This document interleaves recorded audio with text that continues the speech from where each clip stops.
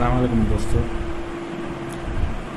आज हम आपको हमारे प्रोजेक्ट के बारे में रिव्यू देने वाले हैं। हमारा प्रोजेक्ट सिंपली ये है कि ऑनलाइन एडमिशन पोर्टल।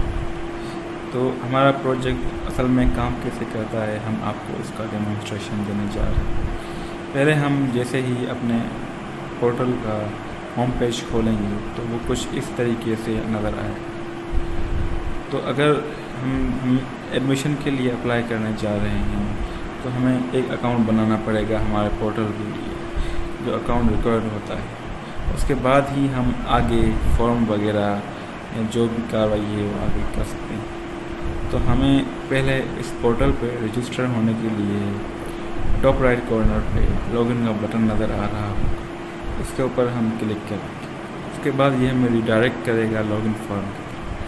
हम जैसे कि हम फर्स्ट टाइम यूज़र हैं, हमारा कोई अकाउंट नहीं है, तो हम साइन अप नाउ बटन के ऊपर क्लिक करें। जैसे ही हम साइन अप नाउ के ऊपर क्लिक करेंगे तो ये हमसे साइन अप फॉर्म में डेटा इनपुट मांगेगा। डेटा में हमें सिंपली अपना ईमेल, पासवर्ड और अपना नाम प्रोवाइड करना है। फिर जैसे ही हम साइन अप के ऊपर क्लिक करेंगे तो ये पोर्टल हमारी जो ईमेल हमने इंटर की होगी उसके ऊपर वेरिफिकेशन कोड सेंड कर देगा। जैसे कि आप देख सकते हैं वेरिफिकेशन कोड हमें आ चुका है ईमेल। तो ये वेरिफिकेशन कोड हम सिंपली कॉपी करके हमारे पोर्टल में प्रोवाइड करेंगे तो ये आगे प्रोसीड करेगा। जैसे कि हमने वेरिफिकेशन कोड डाला, उसके बाद ये हमें रिडायरेक्ट कर देगा हमारे यूज़र स्पेस। जैसे कि हम इसे डैशबोर्ड भी कह सकते हैं, यूज़र डैशबोर्ड और यूज़र स्पेस भी कह सकते हैं। जैसे कि हम फर्स्ट टाइम यूज़र हैं, हमने जस्ट नाउ रजिस्टर किया है, तो डैशबोर्ड पे कुछ भी नहीं, कुछ खास नहीं शो हो रहा होगा, जस्ट स्टेटस में नॉट सबमिटेड नज़र आ रहा होगा। तो हम सिंपली अप्लाई नाउ के ऊपर क्लिक करेंगे ताकि हम आगे एडमिशन का फॉर्म वगैरह फिल कर सकें। तो हमारा फॉर्म तकरीबन 4 हिस्सों में डिवाइडेड है, 4 सेक्शन। तो ये पहला सेक्शन आपको नज़र आ रहा होगा जो सिर्फ यूज़र की पर्सनल इंफॉर्मेशन और नेशनल इंफॉर्मेशन, नेशनल आइडेंटिटी मांगता है। तो हम जैसे ही हम ये फॉर्म फिल करते हैं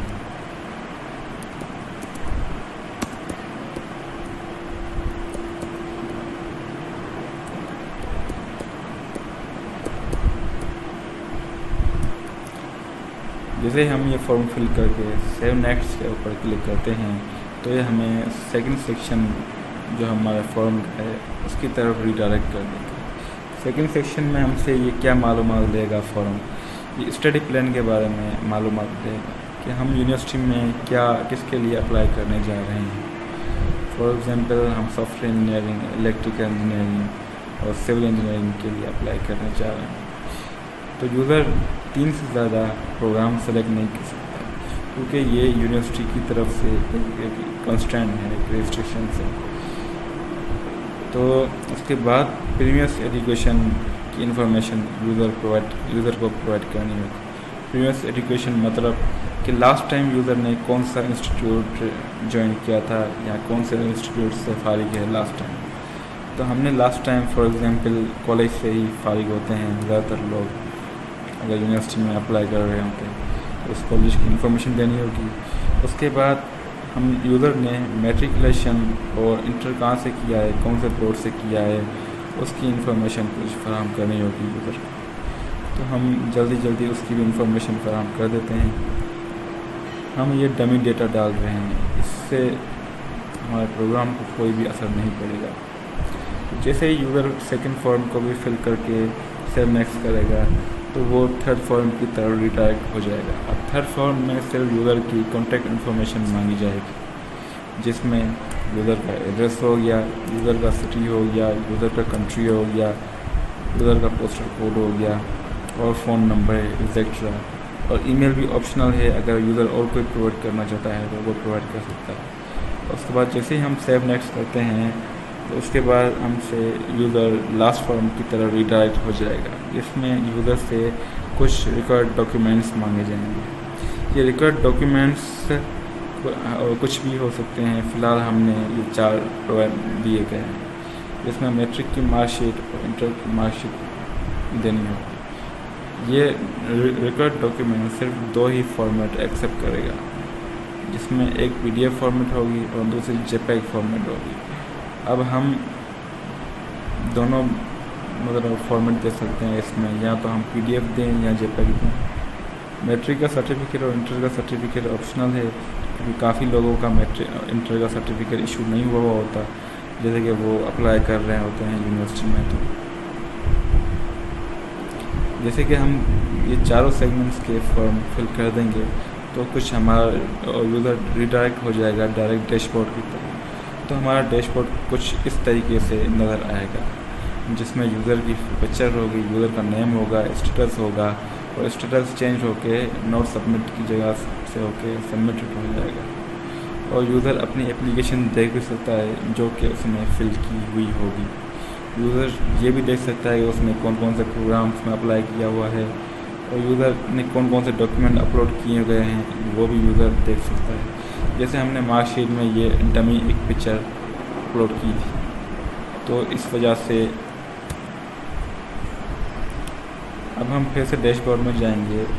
तो जैसे कि आप देख सकते हैं, व्यू एप्लीकेशन पर क्लिक करने से यूज़र अपनी एप्लीकेशन देख सकता है जो उसने इंफॉर्मेशन दी। और एडिट के ऊपर अगर यूज़र क्लिक करता है तो यूज़र रिडायरेक्ट हो जाएगा एडिट फॉर्म्स की तरफ, जो कि हमारा फॉर्म काफ़ी हिस्सों में डिवाइडेड है।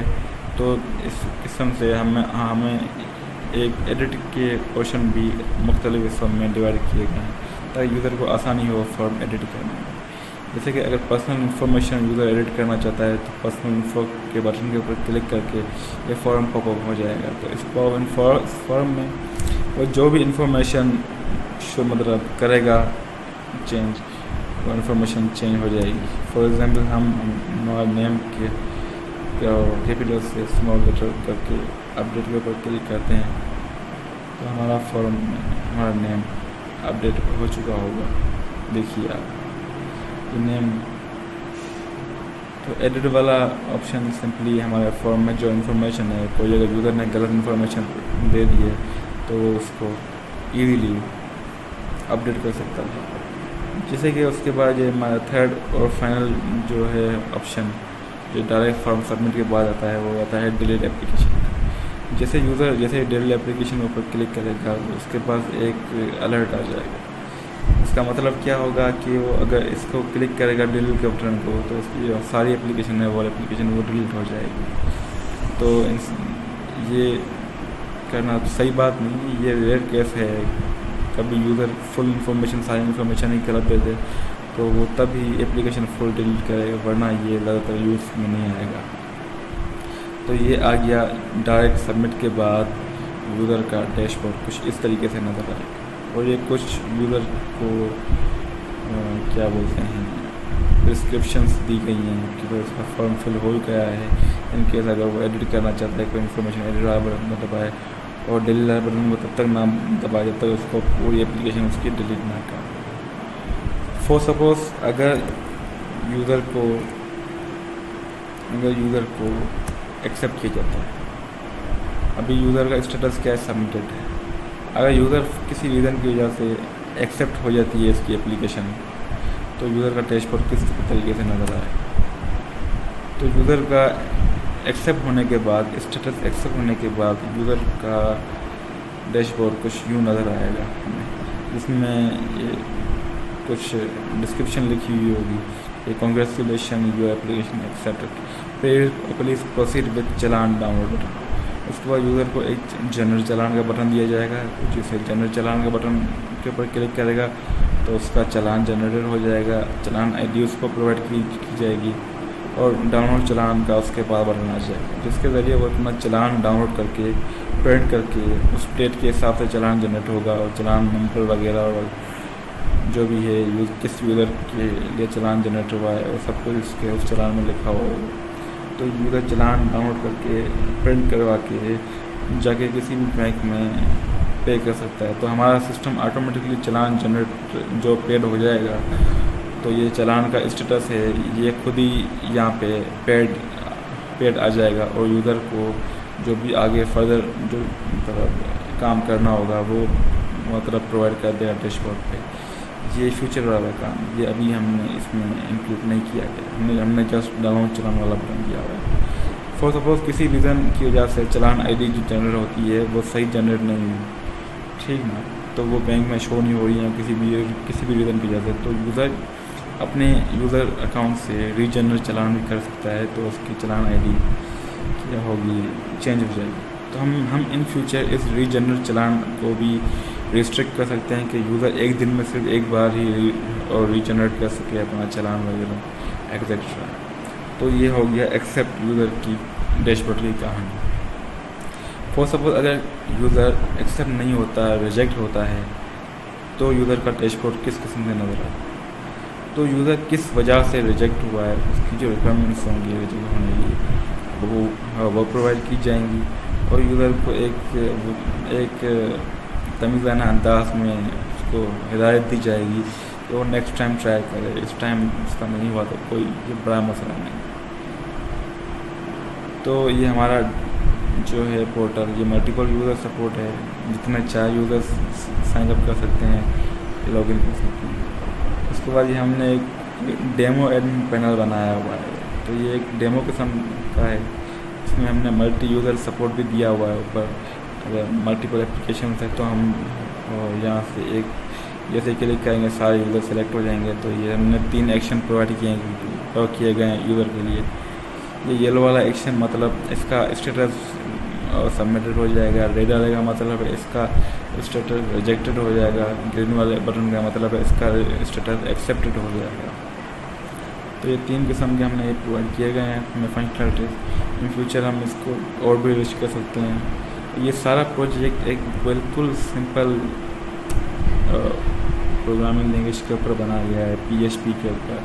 राब PHP है, इसमें कोई फ्रेमवर्क नहीं यूज हुआ, तो ये समझने में भी एक आसानी होगी सामने वाले को। इसके अंदर हमने MySQL डेटाबेस यूज़ की गई है, जो इतनी निहायत सिंपल है सामने वाले को समझने के लिए। इसमें कोई रॉकेट साइंस नहीं है, ये एक निहायत ही सिंपल एप्लीकेशन है, निहायत ही इफ़ेक्टिव एप्लीकेशन है। तो इसमें आप देख सकते हैं हमने लॉग आउट कर दिया है। इसमें हमने एक और फीचर इंक्लूड किया गया है। सपोज हम एक और न्यू यूज़र तारुफ करवाते हैं, तो सपोज अहमद के नाम से, ठीक, और उसमें ईमेल हम देते हैं कोई भी।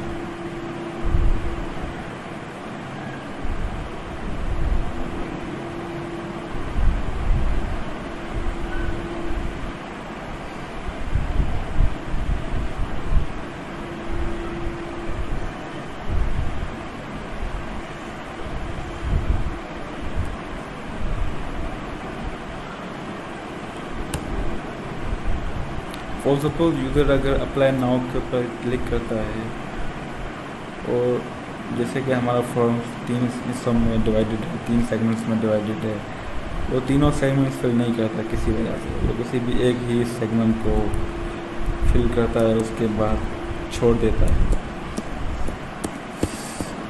किसी रीज़न की वजह से, या उसका लाइट चली जाए, या उसका नेट डिस्कनेक्ट हो जाए, या वो खुद ही डेलिबरेटली फॉर्म फिल ना करे, ठीक है ना, फ्यूचर के लिए वो छोड़ देगी। तो यूज़र के साथ क्या होगा, तो हम जैसे डैशबोर्ड के ऊपर क्लिक करते हैं, अभी देखिए यूज़र ने पार्शली फॉर्म सबमिट किया है, सिर्फ एक ही फॉर्म सबमिट किया है, 400 में से 4 सेगमेंट्स में से सिर्फ एक ही सेगमेंट उसने फिल्ड। तो यूज़र का डैशबोर्ड कुछ यूँ नज़र आएगा, इसके बाद एक एरर आएगा, due to some reason your form has not been submitted for, please continue with the following continue now button.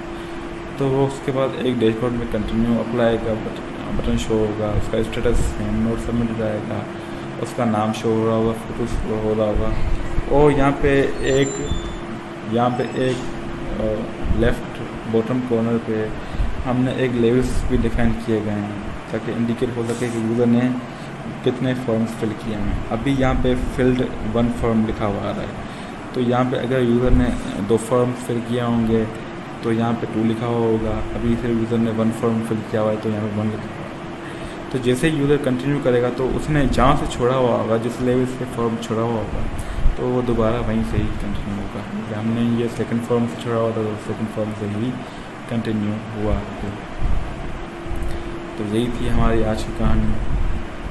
I hope आपको ये सब कुछ समझ में आया होगा और आपको हमारा काम पसंद आया होगा।